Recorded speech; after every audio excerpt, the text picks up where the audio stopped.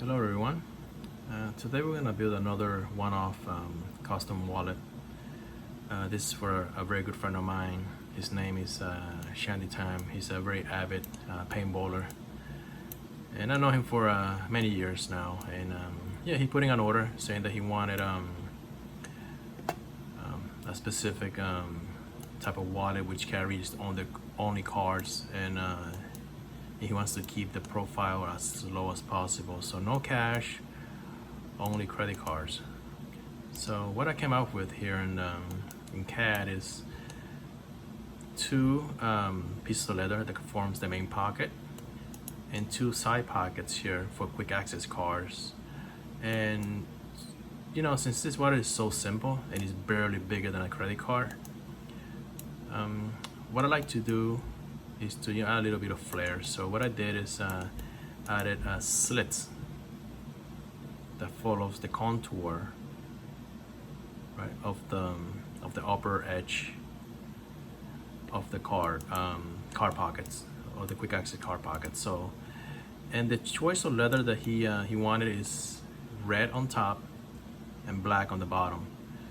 So the red is gonna peek through the slits here. It's gonna look really cool. Right, so that's what I came up with. It took quite a bit of time to get to optimize the amount of all the dimensions, just to keep it as low profile as possible. I mean, this is 3 millimeters larger than a credit card if you account for the stitching edge distance. So that's how the assembly is gonna go. Well, it's gonna be one big glue up and one continuous stitch line. All right, so it's very simple. It's gonna be really cool. So after that, we're gonna go to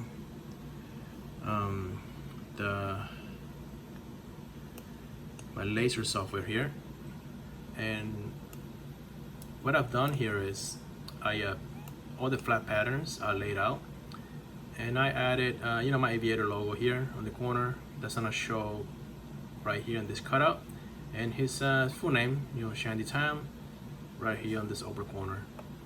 So I have loaded everything into the laser, and now let's head over there, and we're gonna cut the lower pockets first. Let me turn off the light very quick.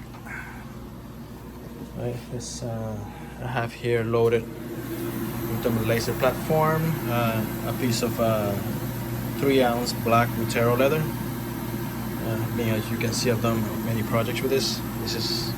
To me, this is the best leather to work with when it comes down to laser cutting and hand stitching. So that's his file right name. Let's just hit track pretty quick and make sure the laser is not hitting the hold down magnets. That looks pretty good. I'm gonna hit run. What he's doing right now is just punching out all the holes for the stitching.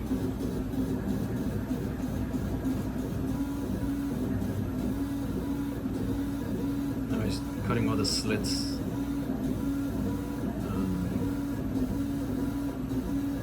The credit card pockets. There's a little joggle up there just to add it's more like a design element. Plus it gives it a little more area for the thumb and index finger to grab onto the cards when retrieving them.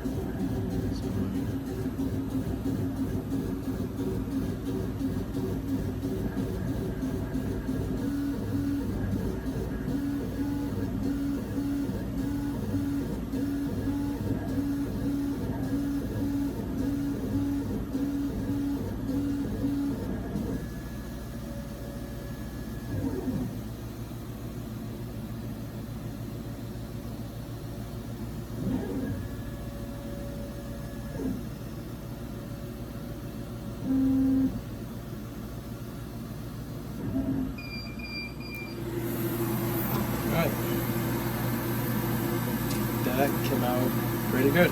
Let's check this off, do a little cleanup, and let's cut the main pockets. Alright, so we're ready to cut the center main pocket. And what I have here is a red Buttero, again 3 ounces. Let's just do a quick track.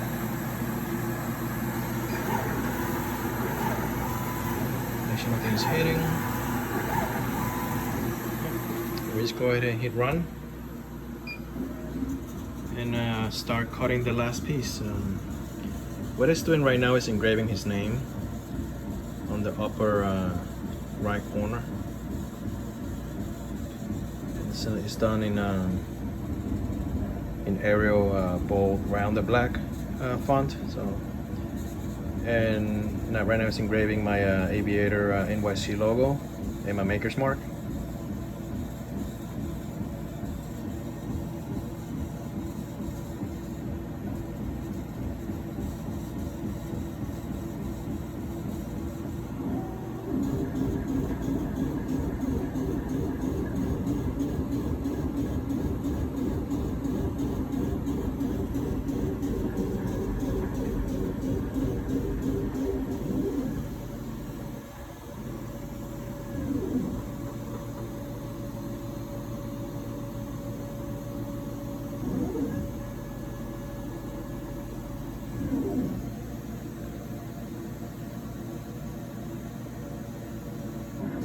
That's it.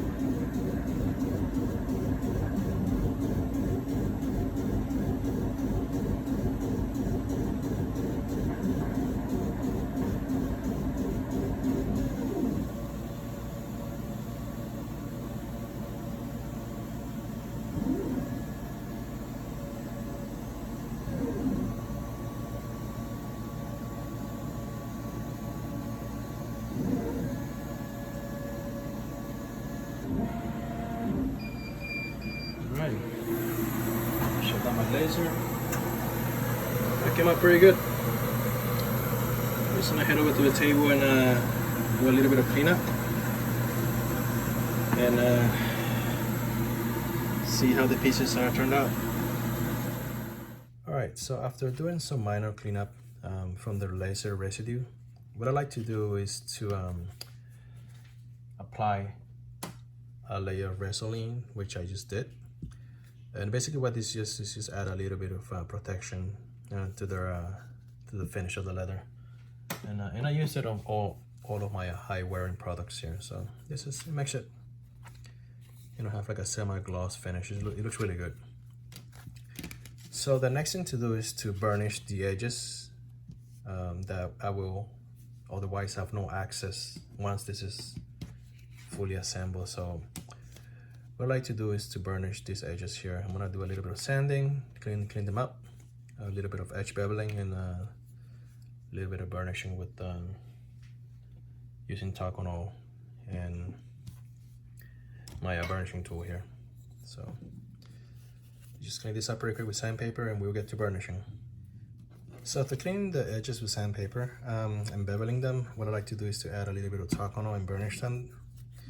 The edges, I have some in precision applicator bottle here, and I just slowly touch up the edges. This just chip them, and I just go ahead and use my burnishing tool and just push down the fibers and you know, seal the edges.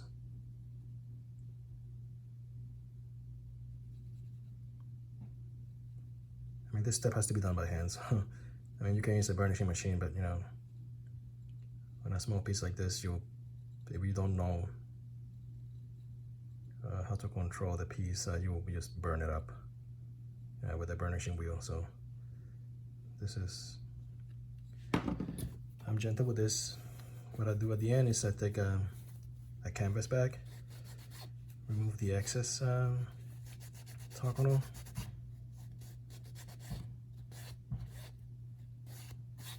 right, and just buff the edges to a shine.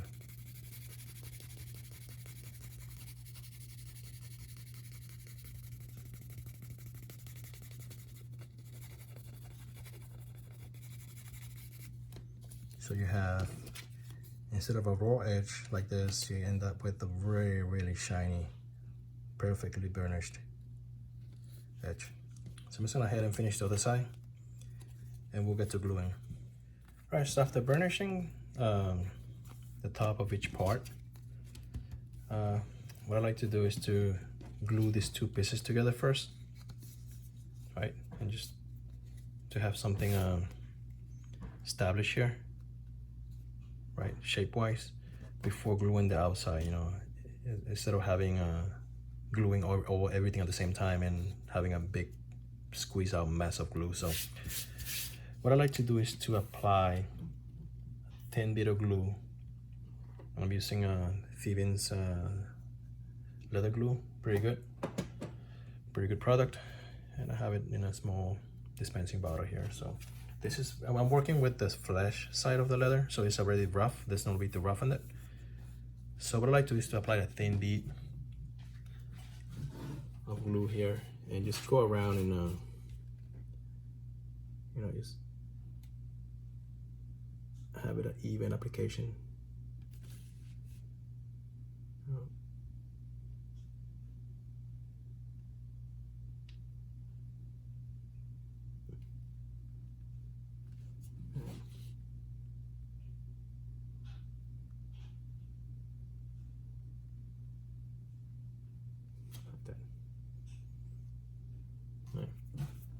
Since everything is laser cut, what I like to do is to have 2 needles here, and I'm gonna use this as alignment pins. So what I like to do is to just make the 2 pieces together here, as close as I can. Right, make sure everything lines up. I take a needle,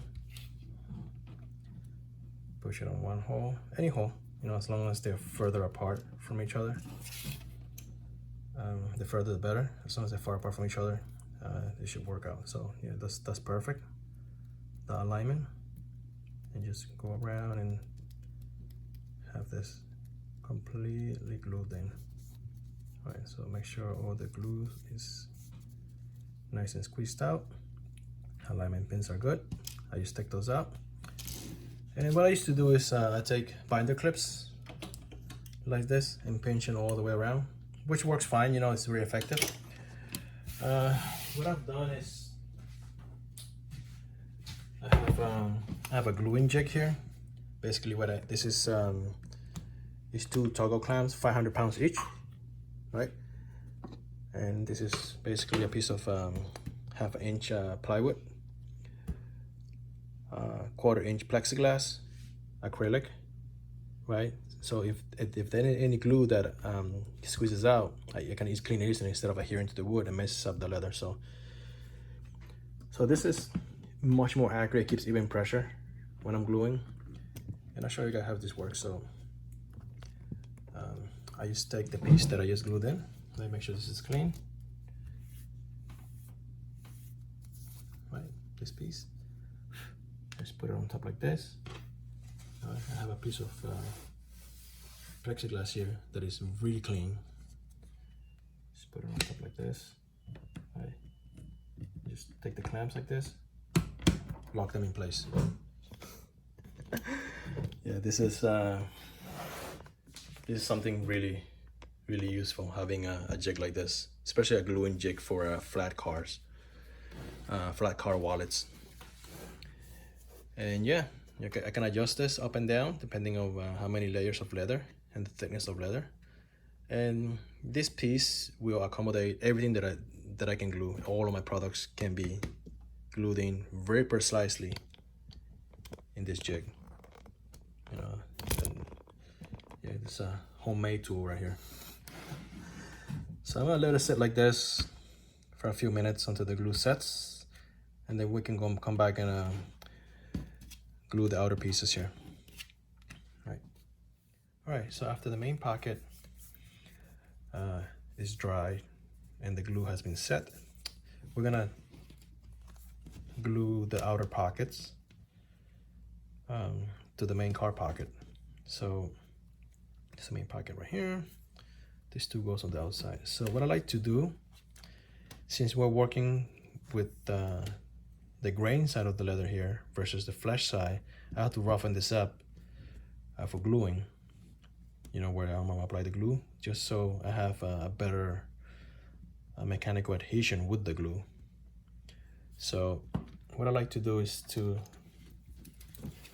take a fine pen, pencil, or owl, scratching owl, you know, and just make a quick mark here, and that'll let me know when I'm gonna stop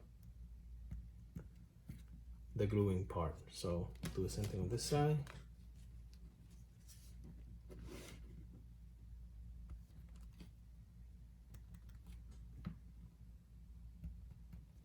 Right, so that's pretty much marked right now. Set this aside, and what I like to do is to use my skiving knife. You can use sandpaper or anything that can score the leather surface. I just like to use my skiving knife. It just makes it a lot easier, and I'm used to this. I'm used to working on this with my skiving knife. You know, I had it for a few years now. So, and I'll do the other side. All right, let's apply some glue.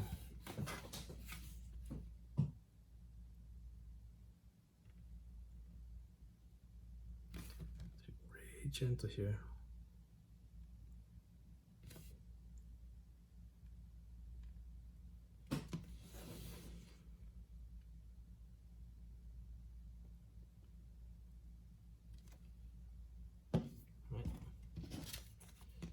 First piece right here.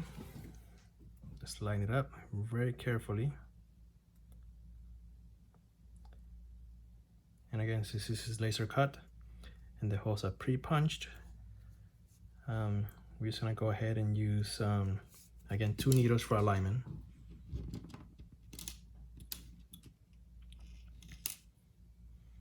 Right, just stick them anywhere. I just like to stick them right here, and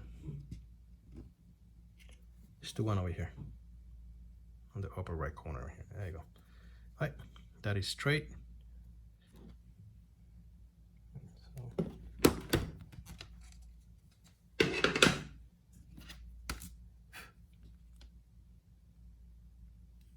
let's do this.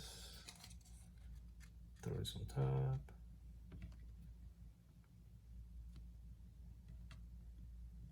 Just apply a little bit of pressure. I just move this back a little so they're centered. And that's the beauty about this jig, you know, you can move them anywhere. You can adjust them. And just to do, all you gotta do is just click them down like I just did. Let it dry. All right, I went ahead and glued the other side too. And the glue is pretty much dry now. Let me just remove it from my gluing jig. As you expected, that looks pretty good. Everything lines up perfectly. Let me remove this out of the way. What I chose for thread. This time we are using a red Japanese Vinymo thread. It's a polyester thread. It's wonderful to work with, and it is beautiful. It looks really good. It's the best thread I got. So besides Ritza, you know, Ritza is flat. This is more rounded, and it gives it more like a high-end finish. It's just as durable, but this is really nice thread. So I have it threaded in 2 needles here. I'm gonna do some saddle stitching. Before we do that, what I like to do is to clean up the edges here, and just give it like a quick burnish, because at the end I'm gonna throw 2 loops here that are external, and just like my other wallets here, what this does is just anchors and pinches the edges, because that's a really high stress point when you overstuff it. So I'm gonna do the same here, but on both sides. Right, so just go ahead and get this cleaned up, and we'll go to the stitching horse. All right, now that we finished burnishing the edges here, that's looking good. It's nice and shiny. You can see the layers here. It looks really, really, really good. So what I like to do is to you know, start stitching from here on. I'm gonna start my stitch in this corner, do an external loop all the way around, and we're gonna end in this corner, another external loop, one back stitch, and we're gonna anchor them here. So you're gonna see two tiny dots here of the melted thread. So let's go ahead. What I'd like to do is to start on this side. Right. We're just gonna do a position the camera right here so a better view. There you go. Right. So again, we're just gonna start on this corner. Right. Do a double loop externally. No, and this is the reason why I burnished the edges before I stitched them, because after the loop is out, you can really burnish it.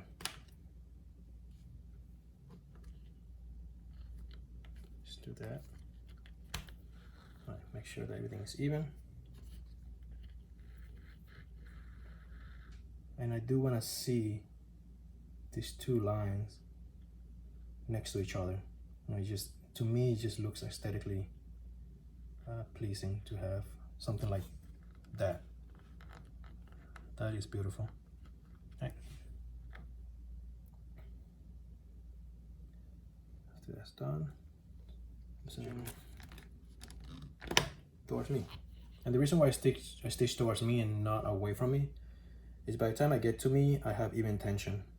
You know, instead of starting strong and getting weaker as I go forward. So I just found that I found that out. You know, with after stitching several wallets, that the tension is more even is if I stitch towards me. Just do that. I do a full saddle stitch all the way around until we get to the end. So it's gonna be a jump here from 2 layers to 4 layers. Again, that hole has been moved fraction of a millimeter to compensate for that jump. So when I cinch it, there's no,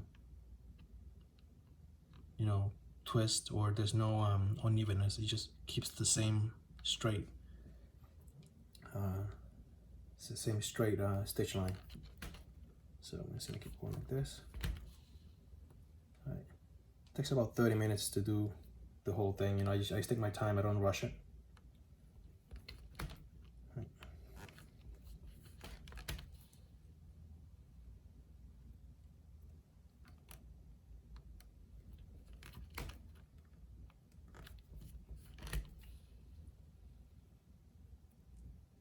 That's good. All right, so we have gotten towards the end of the stitching job here, and what I'd like to do is, again, we're not gonna do a double loop externally.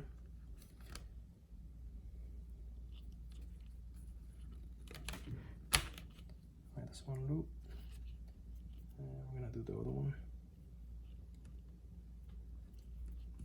And that's what I'm gonna do is just gonna, again, just like on the other corner, just gonna provide extra support, because you know, there's a really high stress point.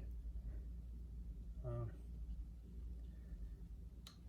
I'm just gently pull the threads over, make sure they're stacked. I want to have the two showing next to each other, like that. That is beautiful.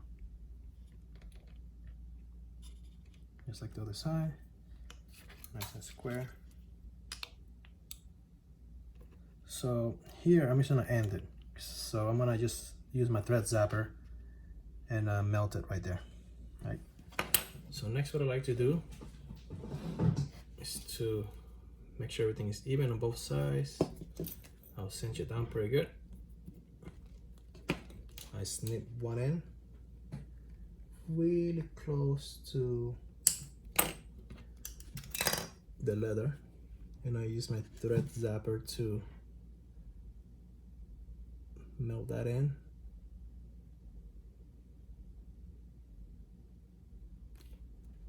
Just fuse it with the leather. Same thing with this side. Here's my thread zapper to carefully melt it. I don't use a lighter because it's gonna melt the leather. It's gonna burn the leather and, you know, make a mess. You know, so just do that.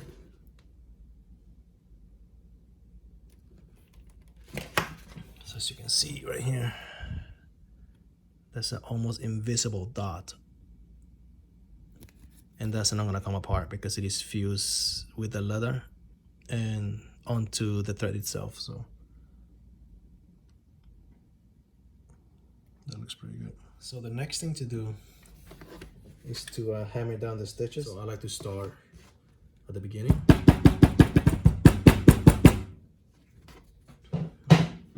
That keeps it really even. So that is super straight and super even. So I really like the holes. It's really cool. It really shows the red underneath it, and it follows the same joggle down profile of this. So that's nice. All right. So the next thing that we're gonna do is do a little bit of cleanup. Right. I like to just brush it out, clean it up. But first, let me clean my table. I'll be right back for final packaging. All right, guys. There you have it.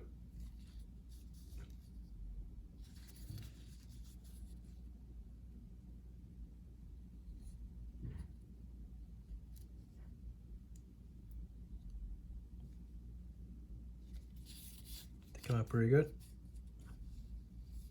I really like the slits that follows the contour of the card pocket here.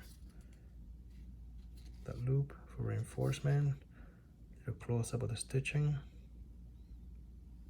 Can't get any straighter than that. That's the jump from 1 layer to 2 layers. Super straight. Super beautiful. This is crazy, crazy nice. So what I'd like to do next is to take my bone folder. Just go around and just basically just break in the wallet a little.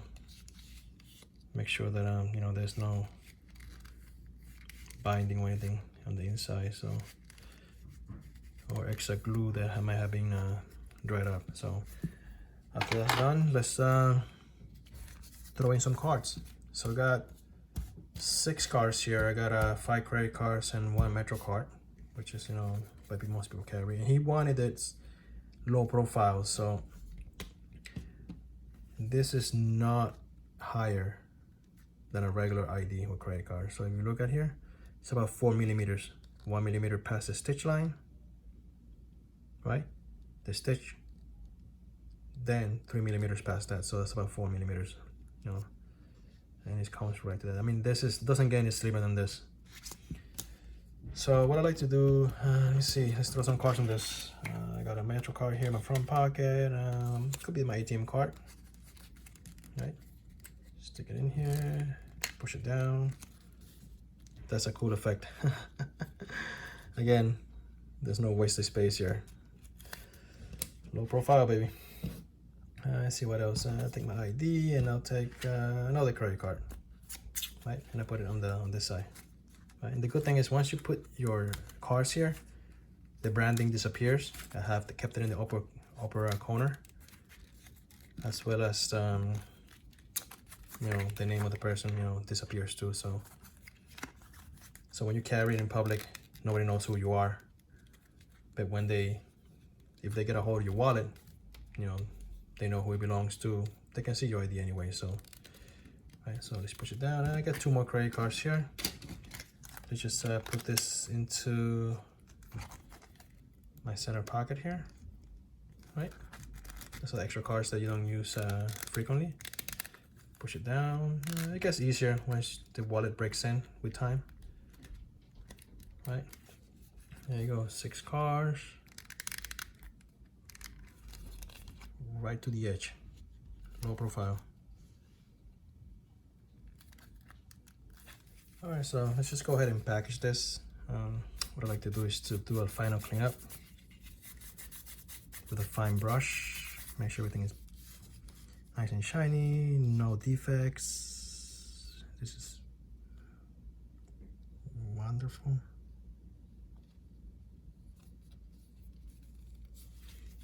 All right, let's put it inside a canvas bag, cinch it down. I have a padded box here that I normally use. Like this, and since this is a custom built, it's custom engraved for the customer. This is bespoke for him. Again, this is a one-of-one wallet. Okay, that's it. That's the wallet. It was designed and built just for him, so there will not be another one like this.